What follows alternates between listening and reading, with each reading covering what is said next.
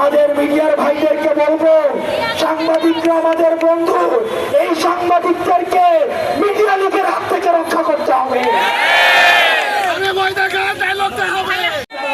নুরুল হুদার ইতিহাস মনে রাখো, অনেকটাই বলবো আপনারা গণভবনের ইতিহাস মনে রাখো।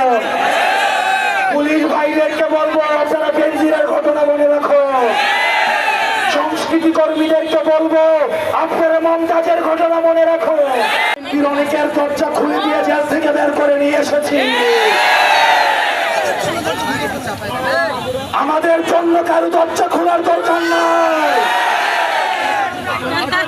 আপনাদেরকে আমরা দরজা খুলে ভারত থেকে কাউকে নিয়ে আসছি, কাউকে জেল থেকে নিয়ে আসছি। আপনারা এখন আমাদের জন্য দরজা জানালা খোলার দরকার নাই।